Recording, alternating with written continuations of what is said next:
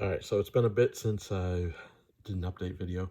Um, the last video I talked about, kind of next step was doing the floor, right?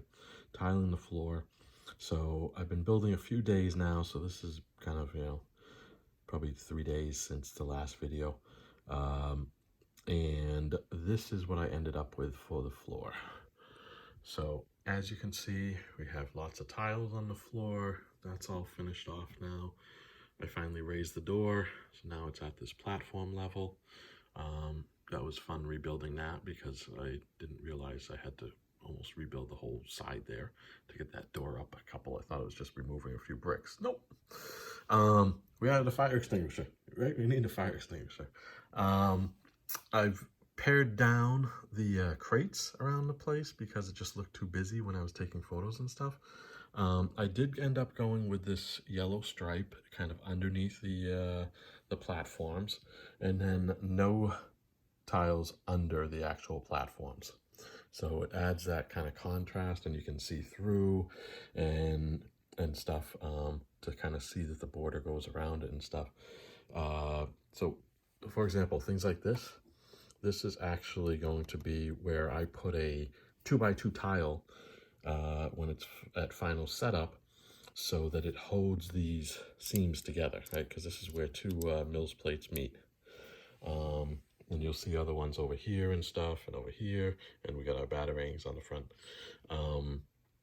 We got those containers, we got these containers, we've got lots of tile work, we got the hazard stripes around the outside edges, and again, those orange ones are going to be replaced at the final show with true 1x6 hazard tiles.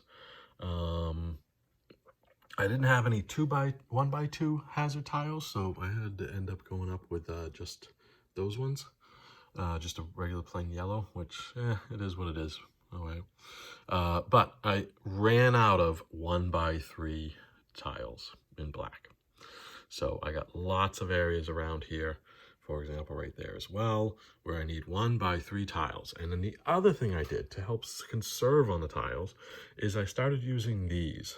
These are those 4x4 with the 4 studs around one edge, and then the 4x6 with studs around kind of all the edges, right? So those have worked out really well to kind of allow me to conserve on the 1x6s and 1x8s. But I, of course, ran out of those as well. So I had to put in a couple bricklink orders, so I'm waiting for those.